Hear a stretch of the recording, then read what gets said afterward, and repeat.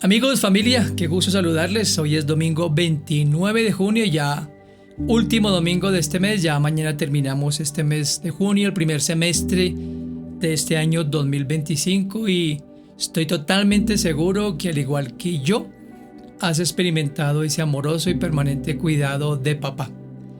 Muy pero muy deseoso de que esta serie que hoy terminamos, de Transformados para Transformar, esté edificando tu vida, te esté dando ánimo y te esté retando también a poder tener ese mismo carácter de estos hombres que, aunque eran comunes y corrientes, tomaron un día una decisión de seguir al Señor. Así es de que, dicho esto, vamos a orar, a pedirle a Él que nos enseñe y también que afirme su palabra, desde luego, en nuestro corazón. Padre, estamos tan agradecidos por el privilegio enorme que tenemos de llamarte Padre, porque nos has llamado a todos nosotros de la oscuridad a tu luz admirable, nos has sacado de nuestra vana manera de vivir y nos has señalado el camino por el cual transitamos con tu ayuda, de tu mano, con la guía de tu Espíritu Santo y de la luz que nos da tu palabra. Gracias por lo que nos enseñas, por la forma como obraste en cada uno de estos hombres de los cuales hemos estudiado, esa obra maravillosa que solo tú, como ese buen alfarero, haces en cada una de las personas como vasijas, formando en cada uno de nosotros lo que tú deseas, principalmente el carácter de tu Hijo, y por supuesto también dándonos los dones, las habilidades, los talentos para poder también servirte y poder ser un canal de bendición para muchos. Gracias, Dios, por este medio que nos permite acercarnos a tu palabra y asimismo para juntos interactuar y poder aprender de ella.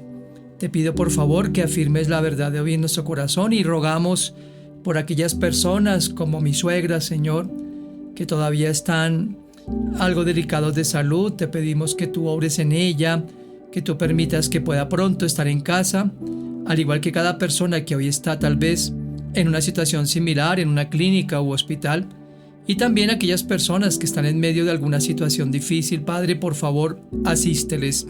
Sabemos que eres nuestro Padre, sabemos que todo lo conoces, pero también sabemos que tú todo lo puedes, y por eso a ti encomendamos cada una de estas cosas.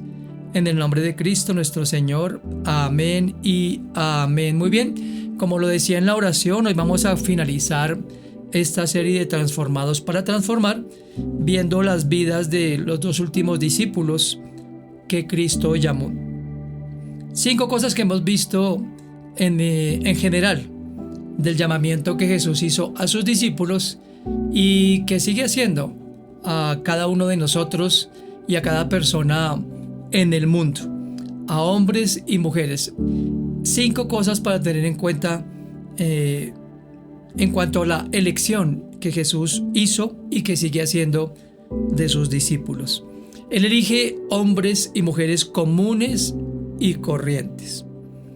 Él elige no por lo que sabemos, sino por lo que estamos dispuestos a aprender, como lo hiciera con estos 12 primero.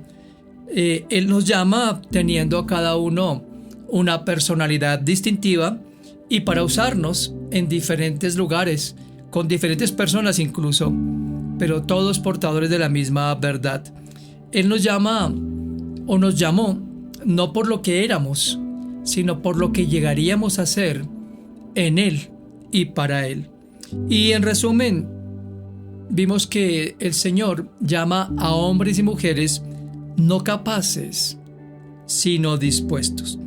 Y las últimas 3 lecciones de vida que estudiamos la semana pasada fue que lo más importante para cada uno de nosotros es que somos conocidos por Dios, así no lo seamos por el resto del mundo. La segunda cosa que hablaba la semana pasada es que todo lo que hemos hecho y seguiremos haciendo para Dios y su gloria siempre valdrá la pena. No importa que las personas lo reconozcan o no, lo importante es que Dios sí lo ha notado, y Él dice en su palabra: honra a aquellos que lo honran. Y en tercer lugar, una verdad para todos nosotros es que El amor hacia Dios debe ir acompañado de la obediencia, porque amor sin obediencia realmente no es lógico. Y obediencia sin amor realmente sería algo que no haríamos por convicción. Dicho esto, vamos a hablar de Simón el celote o Simón el cananista. La palabra celote proviene de la raíz hebrea para celoso, designando a alguien con gran fervor y fe. El término también sirve para diferenciar a este Simón de Simón Pedro, por ejemplo, del que hablamos ya en las primeras semanas. También, como lo acabo de decir, es llamado en algunas traducciones de las Escrituras Simón el cananista. Ahora, cananista no se refiere a un lugar o a un origen geográfico, sino que es un término en arameo que equivale igualmente a fervoroso o muy, pero muy celoso. Pero ¿quiénes eran los celotes? Los celotes eran algo así como los patriotas de los judíos. Eran conocidos por defender con ahínco, con pasión al pueblo judío de esa opresión romana y deseaban de corazón la liberación del pueblo judío. Desde luego, por la opresión que ejercía Roma sobre los judíos, ellos no gustaban, eran enemigos de los romanos de hecho, y los celotes, por supuesto que creían que el único que podía gobernar, además porque era el único que podía gobernar con justicia y equidad a Israel, era el Señor. Así fue que los celotes promovieron, digamos, lo que serían marchas de oposición e incluso se enfrentaron con los romanos de una forma violenta, tomando las armas y aún peleando en contra de los mismos romanos y todavía de los judíos que de alguna forma se habían aliado o que habían traicionado, su religión judía y se habían aliado con los romanos. Además de rechazar el dominio de Roma, como lo acabo de decir, también ellos se oponían a todos los que colaboraban con el gobierno romano, particularmente los recaudadores de impuestos, que algo bien interesante vamos a hablar más adelante. Los romanos veían a los celotes algo así como un grupo radical, insubordinado, que debía ser eliminado. Eran algo así como guerrilleros, personas que estaban en contra del gobierno y que, tomando las armas, como ya también lo dije, trataban de liberar al pueblo judío. Impulsados por sus fuertes convicciones, los celotes desempeñaron un papel muy significativo en las revueltas judías que resultaron en la destrucción del templo de Jerusalén en el año 70 después de Jesucristo. Así que la identificación de Simón como celote indica claramente su participación, su vinculación con este partido político y a la vez religioso llamado los celotes. Sabemos muy poquito, realmente la escritura no tiene muchas referencias de Simón el celote, salvo en los 3 evangelios de Mateo, Marcos y Lucas, donde está mencionado en las listas que leí, la primera enseñanza de esta serie, por cierto, para que vayas atrás, y de la serie que hemos venido, hoy es la 6ª entrega. En la primera entrega de esta serie mencionaba cuándo fueron ellos elegidos nombre por nombre. Entonces Simón el celote figura en cada una de estas 3 listas de esos evangelios que mencioné, y la otra mención que se hace de Simón el celote es en el libro de los Hechos, en la ascensión de Jesucristo, cuando todos estaban allí presenciando la ascensión de Cristo al cielo. Así es de que no hay más evidencias bíblicas dentro de las escrituras para apoyarnos y hablar un poco más de Simón el celote. Pero ¿qué podemos decir? ¿Qué lecciones de vida nos puede dejar Simón el celote? Al igual que la mayoría o que todos los otros discípulos que ya mencioné, Simón el celote, cuando fue llamado a seguir a Cristo, dejó su vida de insubordinación, su vida violenta. Como lo dije, Simón el Celote era alguien bastante violento por pertenecer a este partido fervoroso, pero cuando Jesús le hace la invitación, él abandona a este grupo y empieza a seguirlo. Algo interesante que mencionaba hace un momento de ese odio que había de los celotes hacia Roma y todos los que le servían a este imperio. Recuerdan que hablábamos hace una semana, 2 semanas, de Mateo, que era un recaudador de impuestos siendo judío. Ahora es interesante, a mí me encanta la forma de proceder de Jesús, porque llama a 2 hombres que estaban en lugares totalmente opuestos, es decir, uno al servicio de Roma, subyugando a los judíos, y otro que defendía, ahí sí diríamos a capa y a espada, a su pueblo judío. Pero Dios los pone a los 2 en el mismo lugar, en la misma condición, los enseña, les enseña a amarse, les enseña a caminar juntos y a tener en común lo más importante, que era su amor hacia Jesús y la obra que Él les encomendaría posteriormente a cada uno de ellos. Mateo el publicano y Simón el Celote llegaron a ser entonces hermanos en la fe y compañeros de milicia, como lo diría Pablo en una de sus cartas. Saben que esto a mí me dejó una enseñanza bastante puntual. Es muy lamentable que hoy en día, aún en las congregaciones cristianas, ¿no?, independientemente de la denominación, si es pentecostal, si es bautista, si es fundamental, de la línea que sea, hay tanta, digamos, envidia, si se quiere, también. Hay muy poco apoyo y básicamente hay mucho señalamiento. Pero ese llamamiento de Simón el Celote, siendo de un partido contrario o de un pensamiento totalmente, diametralmente opuesto a lo que le había enseñado Jesús, aún así Jesús lo llama para ir en la misma dirección con Mateo.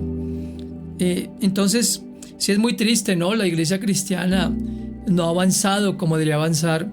Hace unas semanas también hablaba de el poco impacto que tiene el cristianismo a nivel mundial. Digo poco porque es poco porcentualmente hablando, entendiendo que la religión tradicional como el catolicismo y aún los musulmanes tienen mucho más seguidores. ¿Y saben por qué?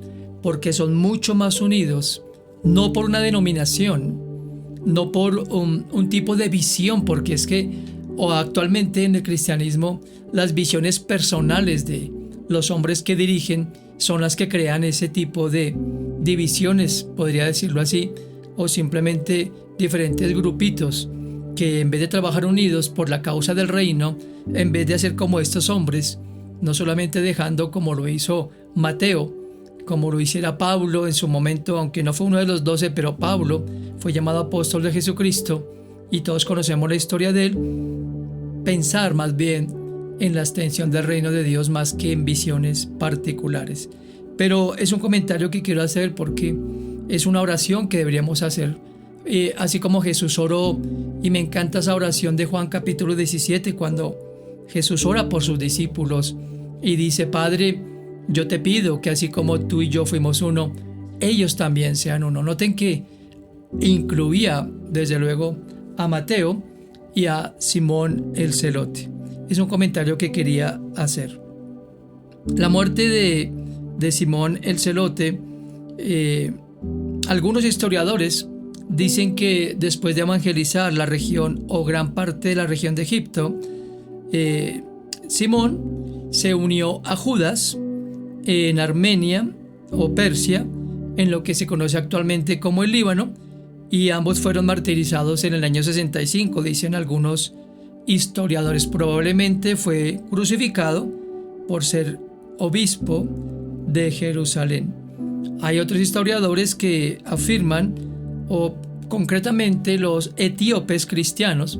Los etíopes cristianos tuvieron su origen en aquel encuentro que tuvo Felipe el diácono con el etíope eunuco, que está relatado en el libro de los Hechos de los Apóstoles capítulo 6, y ahí donde el etíope va a su tierra y se cree que evangelizó a los propios de Etiopía.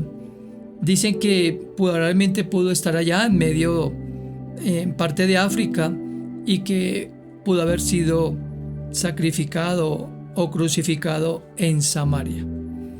La historia de Simón el Celote nos enseña sobre ese poder transformador que moldea, que transforma, que renueva las convicciones que antes teníamos nosotros. No sé ustedes, pero yo, antes de ser creyente, no es que fuera revolucionario o cosas por el estilo, pero sí era muy religioso. Estaba tan arraigado a mi tradición que no la soltaba. Pero cuando tuve ese encuentro personal con Jesús y entendí que no es ninguna religión la que me daba la salvación, sino la persona de Jesucristo, y entendí que el Señor, cuando venga a llamar a su pueblo, no va a llamar a denominaciones, sino a todos los creyentes, como dijo Juan en su visión de Apocalipsis, de toda lengua, de todo pueblo, de todo lugar. Así es de que ese es el pueblo de Dios, no de denominaciones, sino de una fe que se profesa, donde aprendemos a amarnos, donde aprendemos a orar unos por otros, donde aprendemos a hacer lo que Cristo realmente fue con nosotros. Otra enseñanza clave es que Simón el Celote, como todos, dejó todo, absolutamente todo, para servir al Señor Jesús. Y las convicciones de él, desde luego, cambiaron. Me encanta recordar esto o pensar en esto, porque ni Mateo ni Simón el Celote tuvieron temor de represalias, por decirlo de alguna forma, o de murmuraciones o comentarios, tanto de los publicanos como de los celotes en estos casos particulares. Y Pablo, el apóstol, también tampoco tuvo como muy importante lo que dijeran los propios romanos, porque Pablo era ciudadano romano, así como también era fariseo de fariseo.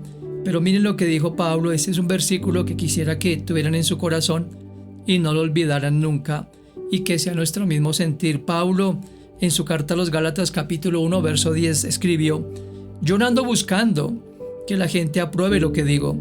Si ando buscando quedar bien con la gente, si así lo hiciera, yo no sería un servidor de Cristo. Para mí, lo importante es que Dios me apruebe. Maravilloso. Y esa debe ser, mi querido amigo o amiga, nuestra única guía o dirección, o nuestra única motivación, más bien, nuestra convicción. No buscar la aprobación de nadie, absolutamente de nadie, sino realmente la aprobación del Señor.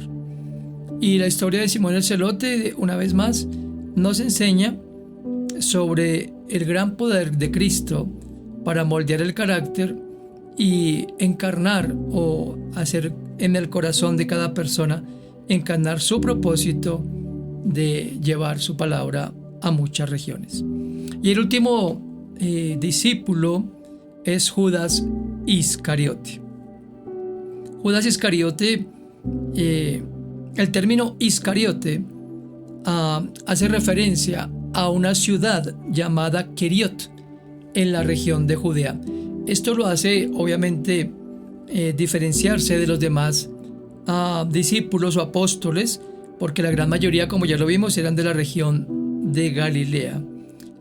Judas Iscariote vivió, al igual que todos, en un periodo de intensa agitación política y religiosa, en el cual los judíos se encontraban, como ya lo mencioné atrás, y por lo cual los celotes pues eran un grupo rebelde.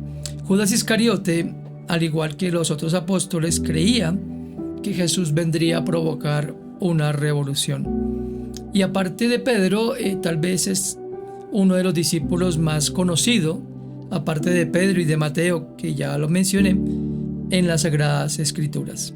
No se sabe a ciencia cierta, no hay un registro específico del llamamiento de Jesús a Judas, pero sí sabemos de dos hechos supremamente relevantes y que son muy conocidos y que están registrados en las Escrituras. Judas fue el tesorero del grupo de los discípulos y él se beneficiaba económicamente de esa posición. Miren conmigo lo que escribió Juan en capítulo 12, versículos 1 al 8. Juan 12, del 1 al 8 lo va a leer en la traducción en lenguaje actual. 6 días antes de que se celebrara la fiesta de la Pascua, Jesús fue al pueblo de Betania. Allí vivía Lázaro, el hombre a quien Jesús había resucitado. En ese pueblo, unos amigos de Jesús hicieron una cena para él. Lázaro estaba sentado a la mesa con Jesús y su hermana Marta servía la comida. María, su otra hermana, tomó una botella de un perfume muy caro y perfumó los pies de Jesús. Después los secó con sus cabellos y toda la casa se llenó con el olor del perfume. Pero uno de los discípulos, que se llamaba Judas Iscariote y que después traicionaría a Jesús, dijo: mejor se hubiera vendido este perfume.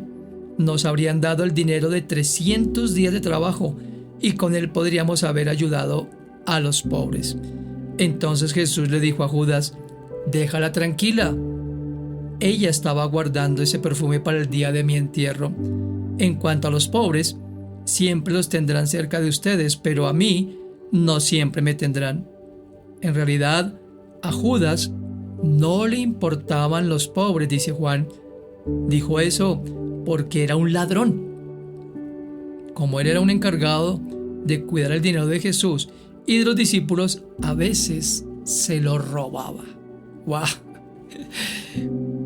Leyendo esto pensaba, bueno, un ladrón, un recaudador de impuestos, un hombre violento como Simón el Celote, hombres incrédulos de un carácter voluble, de un carácter débil como Pedro, hombres imperfectos como nosotros. Esos fueron los hombres que Jesús eligió. Repito, no es que Jesús apruebe el robo o la traición, ¿no? Él llamó a hombres pecadores, como lo leía hace unos días en la enseñanza cuando Jesús, en la fiesta que Mateo le celebró, fue señalado por los fariseos y los religiosos porque invitó a publicanos y pecadores a esa fiesta y les hablaba. Y Jesús claramente dijo: yo he venido no a los sanos, sino a los enfermos. Pero volviendo aquí a Judas Iscariote, el otro hecho muy conocido de parte de él es que fue el discípulo que traicionó a Jesús.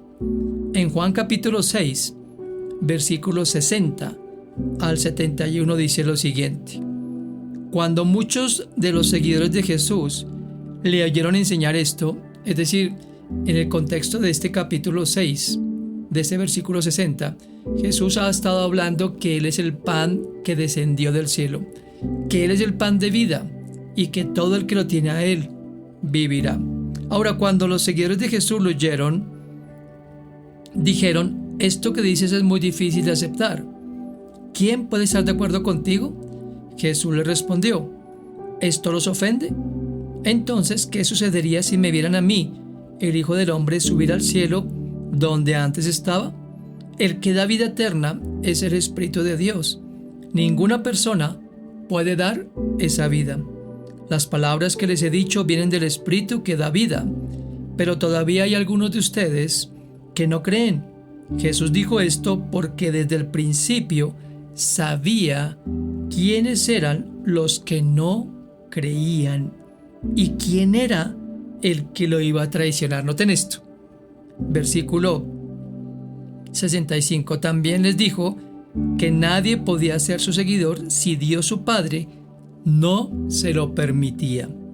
Desde ese momento, muchos de los que siguen a Jesús lo abandonaron. Entonces Jesús les preguntó a sus 12 apóstoles: ¿también ustedes quieren irse? Simón Pedro le contestó: ¿y a quién seguiríamos, Señor? Solo tus palabras dan vida eterna. Nosotros hemos creído en ti y sabemos que tú eres el Hijo de Dios.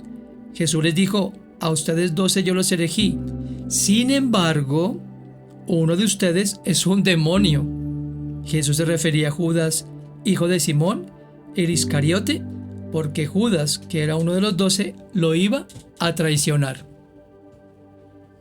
Y en la última cena, Jesús predijo su traición e identificó al que le iba a traicionar. Juan capítulo 13, versículos 21 al 27. Jesús se sintió muy preocupado y añadió: yo sé que uno de ustedes me va a traicionar. Los discípulos comenzaron a mirarse unos a otros sin saber de quién estaba hablando.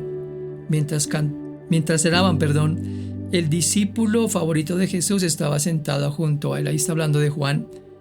Simón Pedro le hizo señas para que le preguntara a Jesús de quién estaba hablando. Ese discípulo se acercó más a Jesús y le preguntó: Señor, ¿quién te va a traicionar? Jesús le respondió: es el que va a recibir el pedazo de pan que voy a mojar en la salsa. Jesús mojó el pan y se lo entregó a Judas, hijo de Simón el Iscariote. En ese mismo instante, Satanás se metió en el corazón de Judas.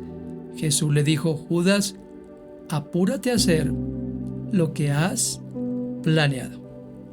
Muchas lecciones de vida vemos en esas porciones bíblicas que acabo de leer. La vida de Judas Iscariote nos ofrece lecciones importantes sobre el carácter, las elecciones y las consecuencias de cerrar el corazón espiritualmente, por supuesto, a Dios. Noten esto: aunque Judas había sido elegido como uno de los 12 apóstoles y vivió con Jesús y escuchó todas sus enseñanzas, eligió un camino que lo llevó a su ruina. El comportamiento de Judas, como lo leímos en los versículos y textos que mencioné, estuvo marcado por rasgos de ambición y codicia. Dos cosas con las cuales el demonio ha tentado desde el principio al hombre y a la mujer y a Jesús mismo. Recuerdan que una de las tentaciones con las cuales el enemigo, a Satanás, tentó a Jesús fue con darle todo el mundo si postrado lo adorara, y todos conocemos lo que Jesús dijo. Judas, al ser elegido para ser tesorero, fue deshonesto y robó de ese tesoro común, lo que indica, escúchame bien, una tendencia a la corrupción. Cualquiera podría decir: pero ¿por qué Jesús lo eligió si su debilidad era eso? ¿Y por qué le nombran tesorero? Otra vez, precisamente para mostrar cómo es el corazón del hombre y cómo Jesús aún lo amaba, a pesar de que era un ladrón, a pesar de que lo iba a traicionar y a pesar de que él aparentemente le era leal. Judas, por lo que dice la historia de los evangelios, traicionó a Jesús por 30 monedas de plata, y lo vemos otra vez siendo tentado en esa área de su vida que era precisamente la codicia. ¿Saben? Por eso pienso yo ahora que lo estoy mencionando. Por eso es que Pedro en su epístola dice que aquellos que tenemos el privilegio y la responsabilidad también de enseñar la palabra y de vivir del evangelio, debemos ser muy cuidadosos con la codicia o con las ganancias deshonestas, como pasó con Judas. No estoy diciendo que vamos a hacer algo parecido, pero hay que tener mucho cuidado con eso. Una de las características de un siervo de Dios es precisamente esa: no tener ese tipo de inconvenientes o de debilidades. Judas estaba con los discípulos, estuvo los 3 años, y lo tremendo, ¿no?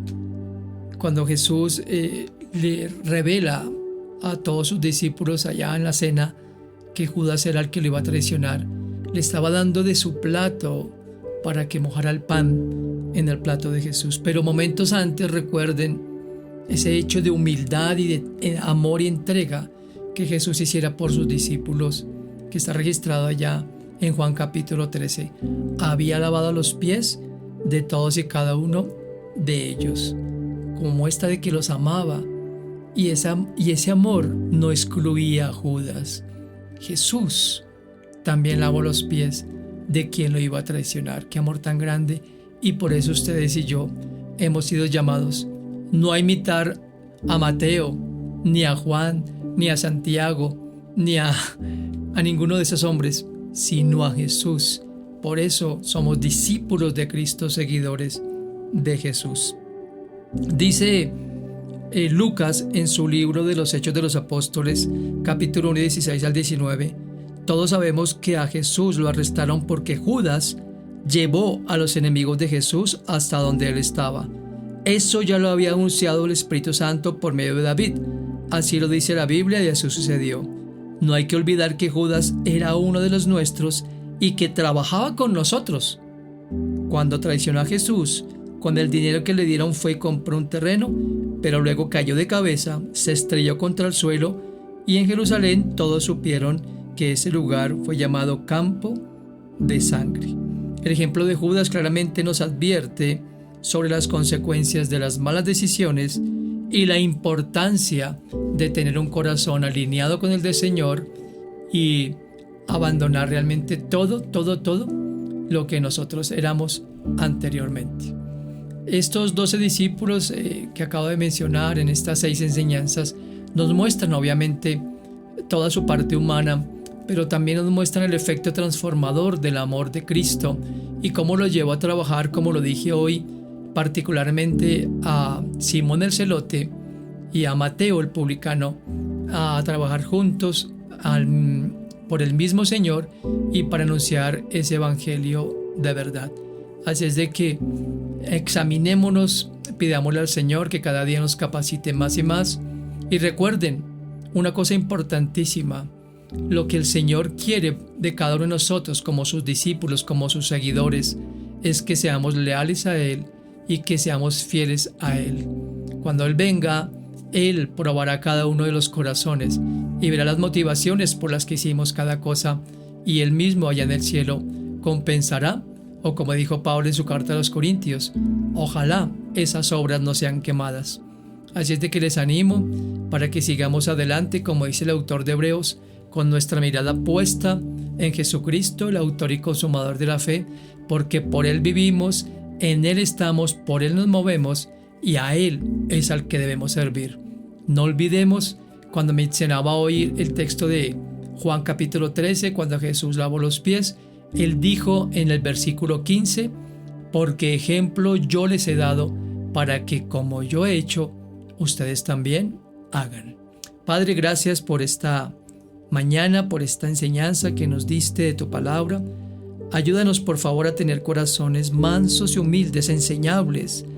Ayúdanos cada día a tomar esa cruz y a seguirte, a abandonar todo lo que fuimos, Señor, a no dejarnos seducir por el mundo y sus cosmovisiones, y ayúdanos también frente a cualquier tentación que el maligno con sus dardos quiera enviarnos. Ayúdanos a permanecer en ti, así como el pámpano que solamente puede dar fruto cuando permanece en ti, Señor, y que sea un fruto que permanezca y un fruto para tu gloria. Gracias porque hoy somos tus seguidores, porque tú nos amaste primero, y gracias por enseñarnos por medio de esta serie a ver el corazón de hombres comunes y corrientes que fueron transformados por el lenguaje que puede transformar, renovar y llevar en otra dirección, que es el lenguaje de tu amor. Bendito seas, Señor, y ayúdanos por favor a llevar a otros hacia ese buen pastor que eres tú, para que todos te sigamos y te sirvamos con el corazón. En el nombre de Cristo nuestro Señor y Salvador. Amén y amén. Bien, solo me resta animarles para que compartamos estas enseñanzas. Recuerden que aquí está el botón para suscribirse. Cuando ustedes se suscriben y le dan un clic a la campanita, cuando vaya a subir contenidos, obviamente automáticamente el sistema les envía la notificación de la enseñanza que se va a publicar recientemente. Gracias por el apoyo que dan a este ministerio que desarrollamos con mi esposa Pili. Gracias por sus oraciones, por sus contribuciones, porque por medio de ellas es que podemos seguir haciendo este contenido y difundiendo la palabra de nuestro Dios. Desde luego también para el desarrollo de todas estas grabaciones y los equipos. Ustedes saben que todo eso pues desde luego necesita de inversión y por eso las donaciones tienen ese propósito. Entre semana estoy colocando mensajes por WhatsApp en audio. Son devocionales de la palabra de Dios que también nos anima a crecer en el conocimiento de Él.